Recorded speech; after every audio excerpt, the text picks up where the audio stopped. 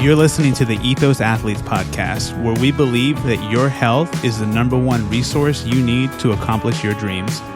My name is Dr. Matthew Hernandez, and I'm a physician dedicated to helping my patients maintain their active lifestyle and continue doing what they love. I'm sitting down with other experts so that we can provide our listeners with the knowledge they need to improve their health and live their best life. Hey everyone, you're listening to the Ethos Athletes Podcast, and I'm Dr. Matthew Hernandez.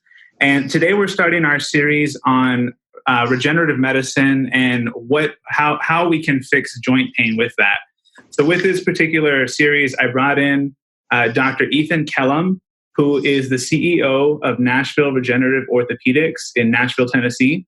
Dr. Kellum is an orthopedic surgeon and the former assistant physician for the Boston Celtics. So Dr. Kellum, welcome to the show. Hey, thank you. So I met Dr. Kellum at a few months ago when we were both we're both at a medical conference for ultrasound techniques and regenerative medicine.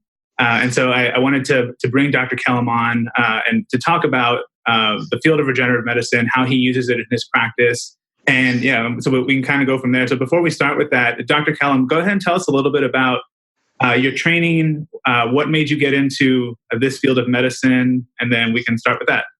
Yeah, so I'm an orthopedic surgeon by training, and I did a sports medicine fellowship up in Boston, and I still operate. I still do sports cases, rotator cuff repairs, and ACL reconstructions, knee arthroscopy, and shoulder arthroscopy, and things like that, sports cases. But a lot of what I do these days is regenerative medicine, so stem cells and PRP, trying to keep people out of the operating room. And every now and then I'll combine the two if it seems like it makes sense. But I live a lot in that middle space of trying to keep folks out of the operating room.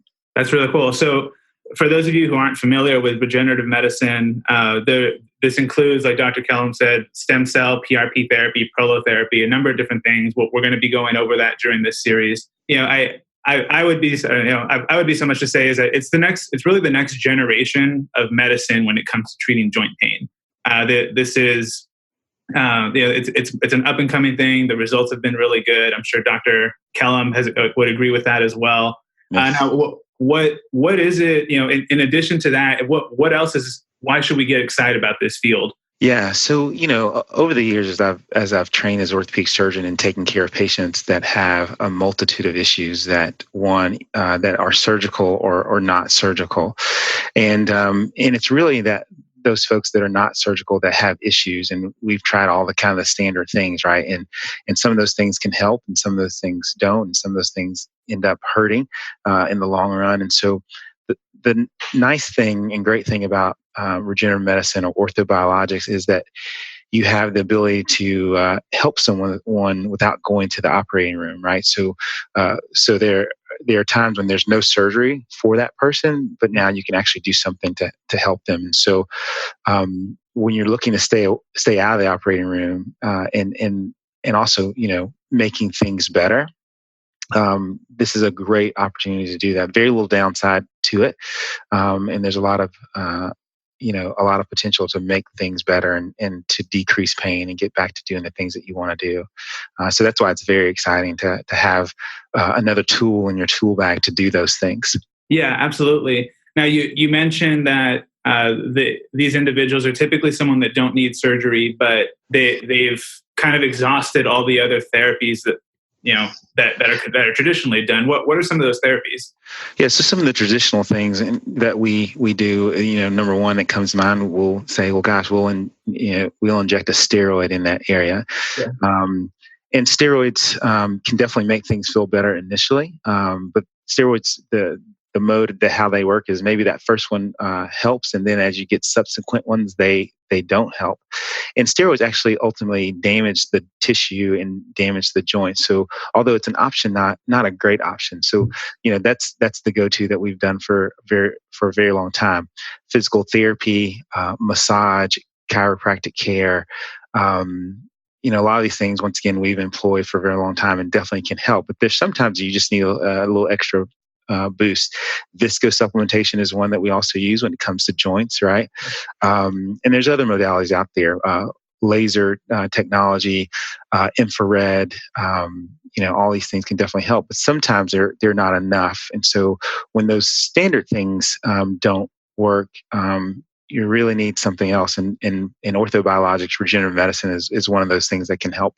Okay. Yeah, that's awesome. And that's what I've seen too. I mean, there's times when I've needed to use a cortisone injection or hyaluronic acid, but that's not working out. You go to PRP, you go to some of these other therapies that exist, and you're getting a better result with that for sure.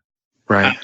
Now, let's talk about the therapies that fall within regenerative medicine. So we have PRP, which is platelet-rich plasma, stem cell therapy, prolotherapy.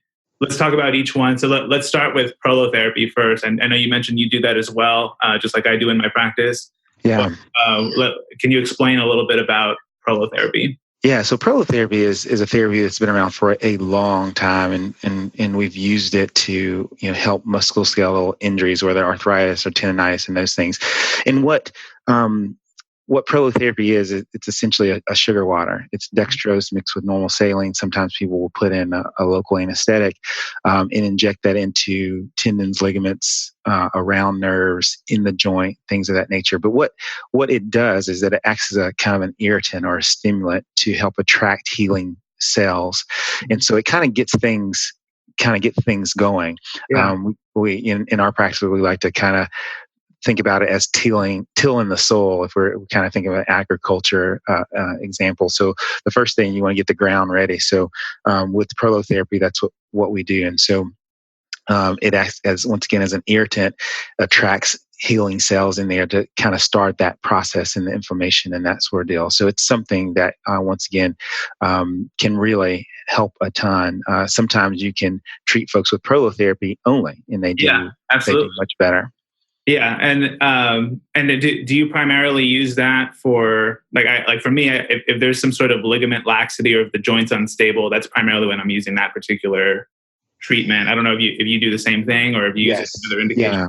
So definitely, prolotherapy is for joint laxity, is huge, and you have to think about when you're dealing with arthritis, whether it's of the spine, of the joints, all those things are lax, right? Yeah. Those ligaments are lax, and that's why you have arthritis. The body's trying to stabilize the joint's trying to stabilize itself, and so you want to tighten those ligaments and things up. And Prolo is something that can help with that. Yeah, absolutely.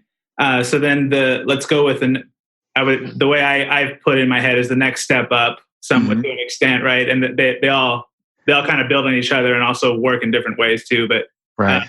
Platelet-rich plasma or PRP therapy. Yeah. If you can explain that a little bit. Yeah. So platelet-rich plasma is therapy is, so now we're taking the platelets and when we think of platelets, we usually think of blood clotting, right? Yeah. And so blood has two components in there. It has the liquid part of it, and then it has the solid part. And the solid parts are the things like the red blood cells, white blood cells, and then the platelets, right? And so once again, we think of platelets as the things that do the clotting. But what we found is that the platelets have all these growth factors in there that can help with healing response and causing the good inflammation. And so when those things are around, that's when healing happens. And so we like to use those in conjunction with, prolotherapy, stem cells, sometimes by themselves, just depending on what we're treating. But those things have all the good growth factors that can help with healing. Okay. And when are you typically using PRP therapy? So PRP is definitely used in all aspects of my treatment. So whether it's a joint or soft tissue, but definitely soft tissue things respond well to just like a platelet-rich plasma alone. And so like if I'm thinking about just in general, I think about using PRP or platelet-rich plasma when I'm thinking about a soft tissue injury. Like a tendonitis or... Yeah, tendonitis, ligament issue, things like that. Okay, perfect. And that's very similar to how I use it too. Have you ever used it with like moderate osteoarthritis as well? I have, okay. And it definitely can help. It's one of those things that I definitely I like it. I can use it. I think there's some other things better for arthritis or inside a joint, but PRP is definitely something that can help that. Okay, perfect. And then let's talk about stem cell therapy. And in this particular category, we have, if we're talking about traditional stem cell therapy, it's bone marrow and adipose or fat-derived stem cells. Right. So can you tell us a little bit about each one? Yeah. So stem cells, and so first and foremost, I think stem cells are king, right? Absolutely. When you're dealing with anything, whether it's soft tissue, joints, because these are naive cells that haven't turned into anything just yet, that can definitely come into a situation and cause healing and inflammation and decreased pain. And so they're kind of the king of the on the block when it comes to that. But two main places that you can get stem cells from. So number one, you can get them from bone marrow, or number two, you can get them from adipose. And there's there are a lot of people saying a lot of things about which one to use and those controversy things. out there for sure. Yeah, definitely lots of controversy. And quite honestly, I think that that bone marrow has some characteristics that are a little better than fat alone, but quite honestly, both of them can help. Yeah. And I think using them can, once again, help to heal. There's certain things that you have to realize about both of them, right? So the four things that I kind of think about of why I use bone marrow is, number one, most of the research has been done with bone marrow, right? So it's tried and true. We've been using it for hundreds of years. Number two, the stem cells in bone marrow are kind of they're already set up to treat the tissues that we're trying to treat. So bone, cartilage, ligaments, tendons, nerve, that sort of deal. Whereas the adipose or the fat is just a little bit up the chain. It gets there, but just a little bit up the chain. And then bone marrow actually has two types of stem cells in there. Has mesenchymal as well as hemopoietic. Whereas the adipose or the fat only has one, has the mesenchymal, right? And then you have to kind of work out the issue of what the FDA has said about how you can use adipose. So about a year ago, the FDA said, to really get the stem cells out of the adipose, you have to use an enzyme. And by the way, we're not going to let you do that. So that's kind of made things problematic. But otherwise, if you're breaking it up mechanically, I think that adipose is a good tissue for now, and even using that in conjunction with bone marrow, I think that pushes the envelope down the road, and it helps you get to a better place. And so, although I mostly use bone marrow, I think there's a place for adipose. So I think we just got to figure it out. Okay. Now you said that bone marrow or stem cell in general is king, right? So is this the one that you're using the most often? Do you use it for some conditions over others, or what's been your experience with it? Well, as far as using bone marrow or using just stem cells in general? You can go with bone marrow since that's primarily what you use. Yeah, so I like bone marrow for everything. And just because, once again, it's already kind of primed to help treat the tissues that I'm trying to treat. I know that I can look at the stem cells and the viability. I know that I can get them out when I do an aspiration. And so I just, I like it better for that reason. But once again, there could be certain times when I would maybe incline to use adipose over bone marrow, like if I'm treating hip arthritis or something like that, because hip arthritis is really tough, no matter what you use, whether it's bone marrow or fat. And so at that point in time, I would potentially give it a nod over bone marrow. But otherwise, I stick a lot to using, stem cells from bone marrow. Okay. Now, one of the therapies that has fallen within the regenerative medicine field that has a lot of has some controversy to it, and I think more than anything has misconceptions to it, is amniotic stem cell or umbilical cord stem cell. I get those two things, and so I know here in Arizona, I have patients that come in and they'll say, "Oh yeah, I'm considering stem cell treatment." And they'll talk, and I'll say, "Okay, great. Like, tell me about it. What did you learn about it? All this other stuff." And then they talk about amniotic, and it was And so let's kind of clear up some of that. If you can give your take on what is amniotic stem cell, umbilical cord stem cell, and then we'll kind of dive into it a little bit more from there. So just explain what it is first. So these are birth tissues, right? From a healthy born baby, there's a healthy mom. It's from the amniotic tissue, the placental tissue. So no one's harmed. And what you have from that tissue is definitely growth factors. And then there's a question mark as far as, is there stem cells that are there? Right. And so, in kind of how I see things and how I've researched things, is that there probably are stem cells there, especially if you harvested it fresh, right? So you got it, probably stem cells there. But then it goes through a process, and so the question is, down the road, when a provider is using this tissue, are those stem cells still there? How healthy are those things? Right. And so that's a huge question. And so, when someone says, "Oh, I'm going to give an amniotic stem cell or placental stem cell," I get a little like, it's just like, well, first of all, I don't know if you can say stem cells. Right. Because I don't know if there's any there, or if there are, I don't know how healthy they are. And so I kind of lean away from that. One, because just what the research shows. Right. One. And two, because the FDA has made it very clear that you cannot say that there are stem cells in those products. So, and so to be FDA compliant, you can't ever say, "Oh, amniotic stem cells are placental," just because that's unfounded at this point in time. But what I do believe is very true in those tissues is that they have lots of growth factors. Absolutely, that can definitely help. It's like having a PRP. Now, the interesting thing about those two products is I do believe that some of them have growth factors. It depends on how they've been processed, who processed them. There's some companies that are better than others. Yeah, and I'm glad you brought that up, because that was kind of my next point with it was, I mean, legally we can't, they can't have stem cells, true stem cells in it. So if you want like an actual stem cell therapy, it has to be bone marrow or adipose derived. Correct. The term amniotic stem cell is it's like a sexy marketing thing, essentially. That's why they use that, is for the marketing purpose. With amniotic stem cell, umbilical cord, placental stem cell, all that stuff. But like you said, that there's growth factor in it, and which is like receiving PRP. Correct. And that's been my understanding for everything as well.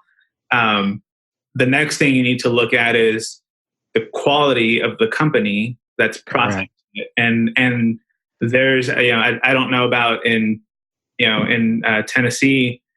Or on that side of the country, but here in Arizona, again, there's a bunch of these random pop-up companies that are starting to offer these, and it's like, well, okay, if it's that easy to start a company that does this, is it a good quality company, or should I and so that's when you need to depend. I know, I'm sure you agree on the physician's research with that company and all that. So.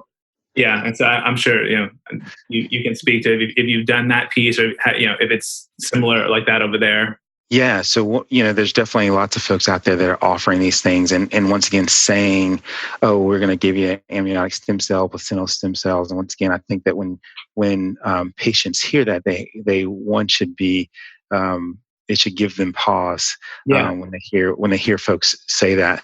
And then obviously on my side of things, as a physician treating folks, I want to know what's in there, right? Yeah. I don't want to depend on what a rep is telling me. I want to know the science of those things. Right. And the amniotic tissue that we use, we've tested it. We know what's in it, and that's why we use it. And there's some companies out there that, hey, we're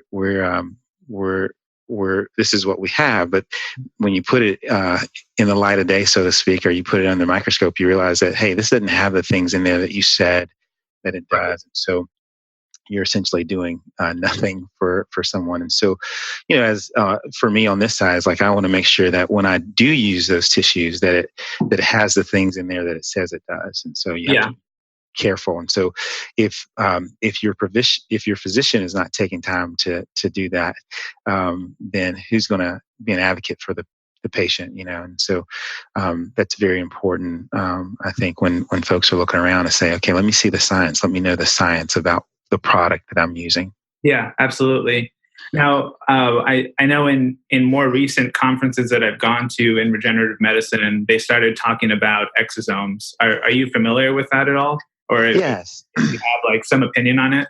Yeah. So right now, and it's one of those things that it's once again very new and very sexy. And I think that exosomes are, they're proteins that are made by the cells in response to some injury or things like that. And then these things are secreted, and they help with regulating other cells' function. Okay. And so these things are tightly regulated by our body, right? And so, and normally they're made in response to a signal from the body saying, "Hey, I'm injured, I'm hurt." And so, although I look at it and go, "Man, that's very exciting," once again, I need to know more of the science, right? Because I take an exosome out of somewhere else and now put it here. The signaling in my body may not be the same as the signaling that the exosome had when it was made. And so you have to really, like, once again, just know the science. And so I don't poo-poo that at all. I'm just not completely sold on it just yet. Yeah. That's been my opinion as well with it. I think it's still too new to really make a decision based on it. Yeah. And so once again, it's very sexy, right? Like, oh, you're gonna do this, it does this, but you have to really kind of consider, once again, it's like with amniotic tissue, where did it come from? Is it really doing what it says it's supposed to do? Right. And I know when I take stem cells from your body, that when it goes back into that joint of that tissue, that those signals that are going off, it's going to cause that stem cells to make those exosomes and do those things. That's tried and true and works versus taking exosomes from somewhere else and then putting them in. Yeah, absolutely. Now, one of the things that I liked about Dr. Kellum was that you're an orthopedic surgeon by training, and you're choosing to use these therapies. So, what is it? Why did you want to bring this into your practice, and how have you seen the combination with it? Yeah. So I learned about regenerative medicine as a fellow. So I did a sports medicine fellowship at New England Baptist Hospital, and I worked with about 15 guys and girls up there that were extremely busy surgeons. We took care of the Celtics, and they were, and this was 40 plus years ago. They were trying to, at that time, figure out how not to take people to the operating room. Okay. And so I was exposed there at that time to these therapies and saw them used on various things. And so, once again, a kind of a tool in my tool bag. Well, when I left there and you get into practice, you're kind of on your own and you're looking around. And I had this one patient that came in to see me. He was a marathon runner. And had really bad Achilles tendonitis, and he'd seen 2 other orthopedic surgeons in town. And he comes to me and he says, "All right, so we need to make this better. And what are you going to do?" And I'm thinking to myself, you've seen, man, you've had all the treatments. You've worn the boot, right? You have done all the PT, you've done the Graston, you've done all this stuff, all the ultrasound, all these things, and you're still not better. And runners are people that, man, they don't run. Yeah. It can be a bad deal. Yeah, why be alive at that point, right? Right. So, I casually kind of mentioned to him, I was like, well, there's this thing called PRP that we can do. Insurance doesn't cover it, but you've done everything else, and this is kind of the last thing. And so he opted to do it, treated him, and in 12 weeks he's back to running marathons. And so that really started the regenerative medicine road for me. Because he did very well, like I said, back to running. And prior to that, I didn't have a great option for him. Yeah. And so I started to do that more and more, to the point that now I do that, so much within my practice, and also combining it with surgery, because we know that. So when we do an ACL reconstruction and we have a meniscal tear, we know that when when we repair that meniscal tear in the face of doing an ACL reconstruction, that meniscus repair heals better. And the question is, well, why is that? Well, it heals better because we drill these tunnels in the femur and the tibia, and there's all this blood, all those factors, Yeah. and that's why it helps heal.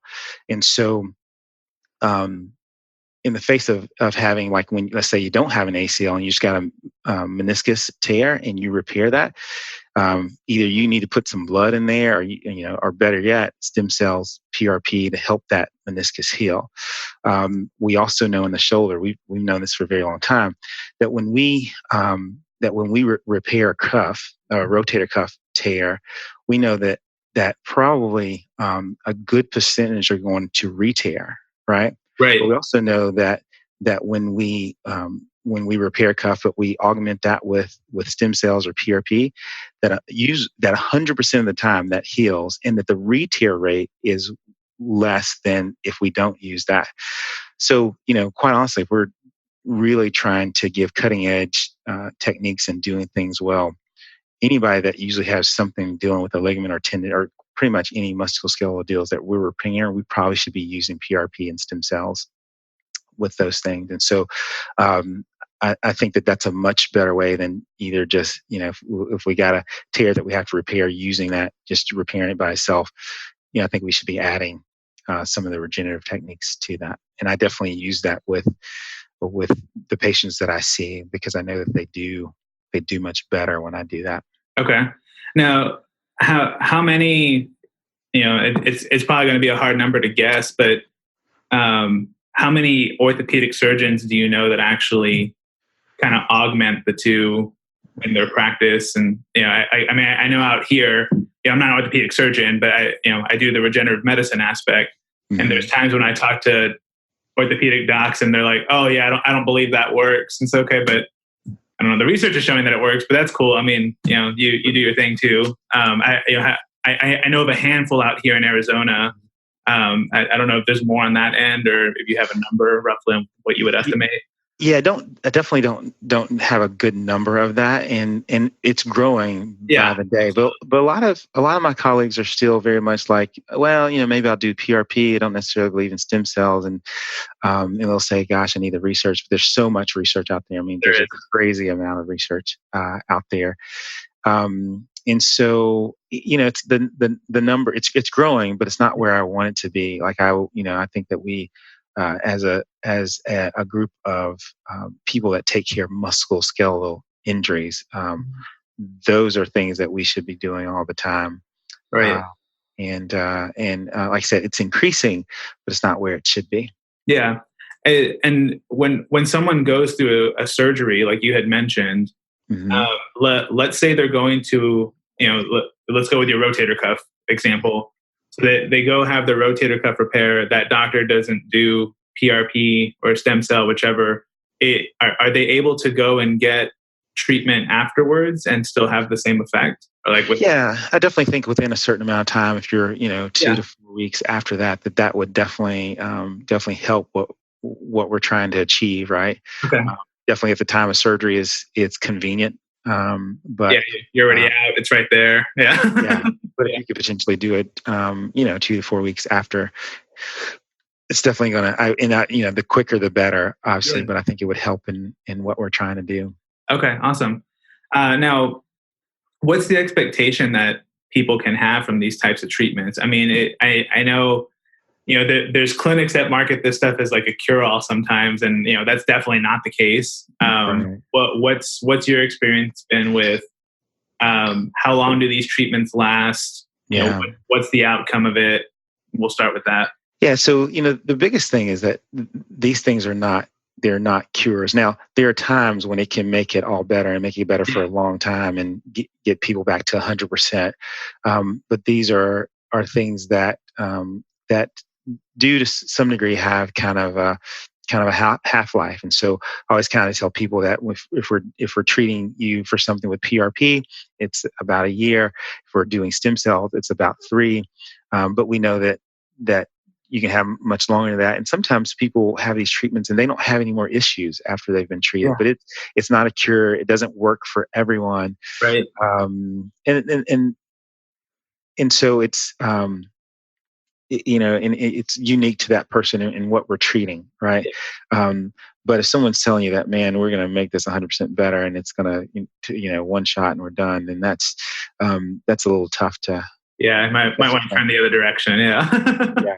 Yeah. It's just because that's not the case. It just doesn't work that way. Yeah, for sure.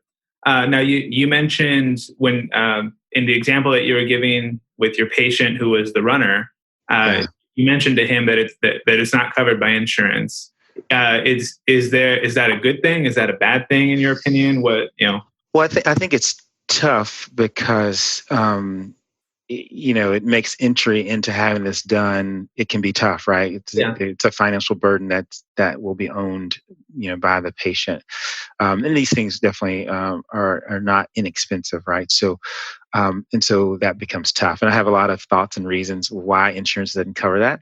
And so I'm an affiliate of Regenix. We've been doing it the longest time.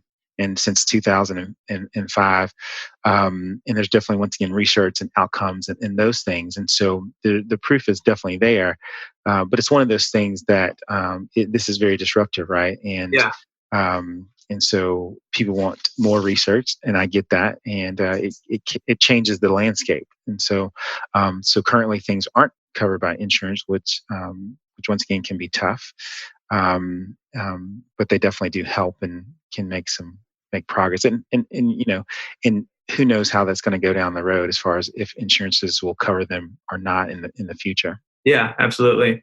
Now, I know in my practice, when I do this when I do regenerative medicine on patients and I'm treating their joint pain, the ways that I measure success for me personally and for that patient is, was I able to get them out of pain? Was I able to restore the integrity of the joint? So that's range of motion, stability, all that stuff. And then are they able to safely go back and perform or do whatever it is that they love doing? If they're a runner, if they're a CrossFit athlete, golfer, whatever it is that, how do you determine success with it? And, how likely is someone able to have a successful treatment based on your definition? Yeah. So treatment or success is determined primarily for me how they're doing functionally, right? If their pain is better, normally their function is better.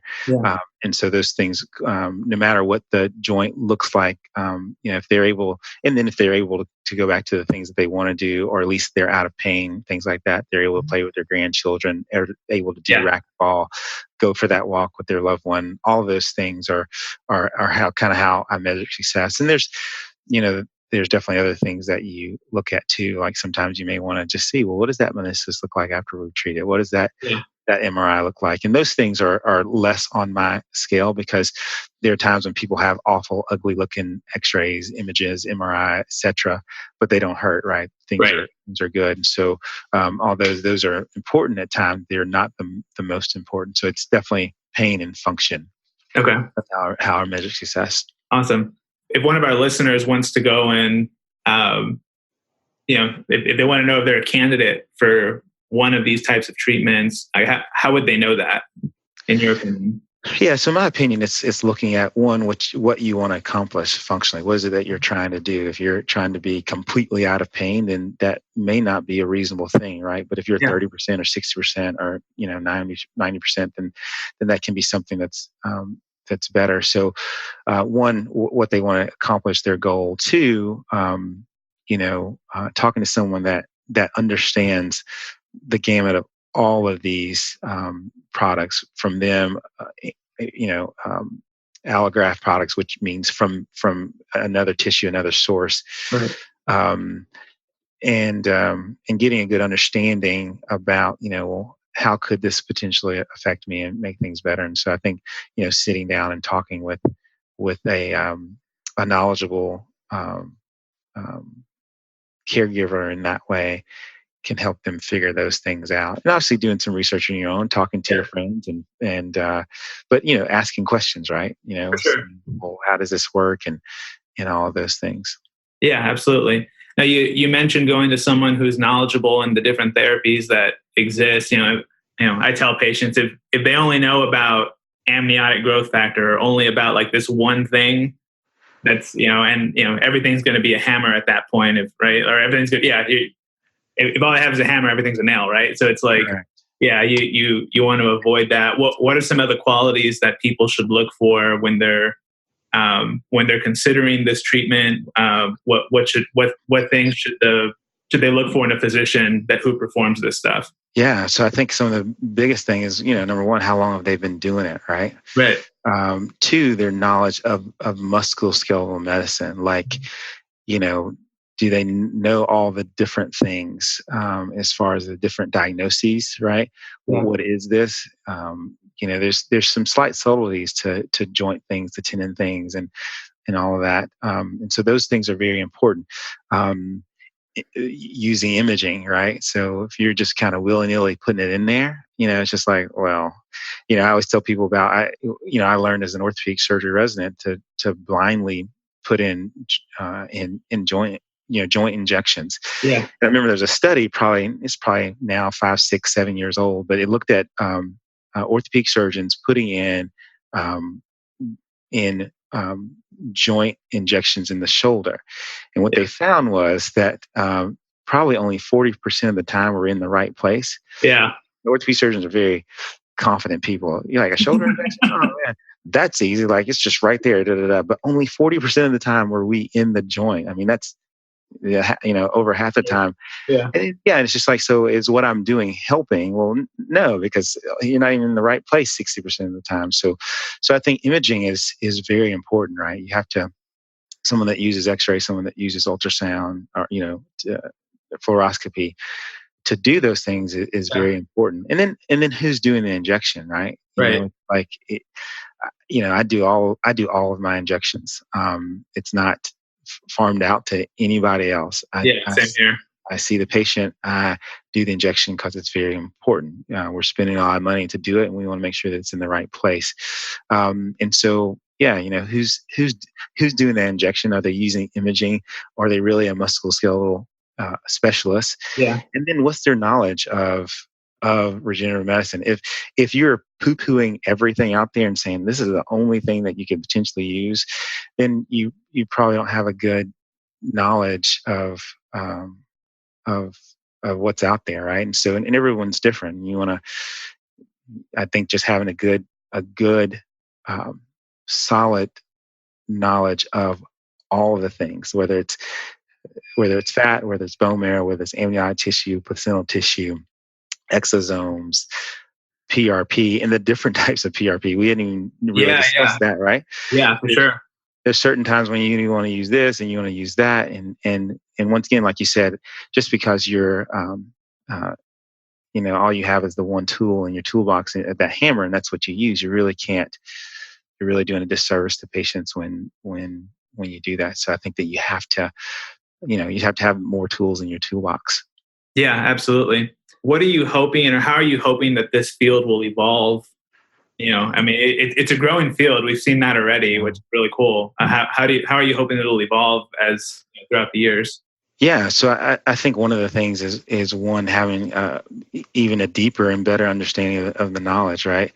So it was probably, now we're getting to almost 50 years ago when the arthroscope was new, right? Yeah. And people, you'd say, oh, well, I'm going to treat your ACL through a scope, or your knee, and people look at that and go, well, you can't do that. That's a tool from the devil. But here we are, years later, and I have the same hope for regenerative medicine. I think it's going to get there when people are like, oh, that's not going to work, but we're just going to kind of keep going and getting better and better in being able to treat things better and better, and helping more in those things. So that's my hope for what we do. I think we're off to a great start with it, but obviously there's more things to learn, and more things to find out, and how to make it better. Awesome. Well, Dr. Kellum, thank you for taking the time to be with us on this podcast. Yeah. I appreciate you having me. Yeah, my pleasure. So that was the introduction to regenerative medicine, and part of our regenerative medicine series. And so in the next few episodes, we'll be talking and diving more into this field and how it can help with specific joints. So everyone, thank you for listening, and we'll catch you on the next episode.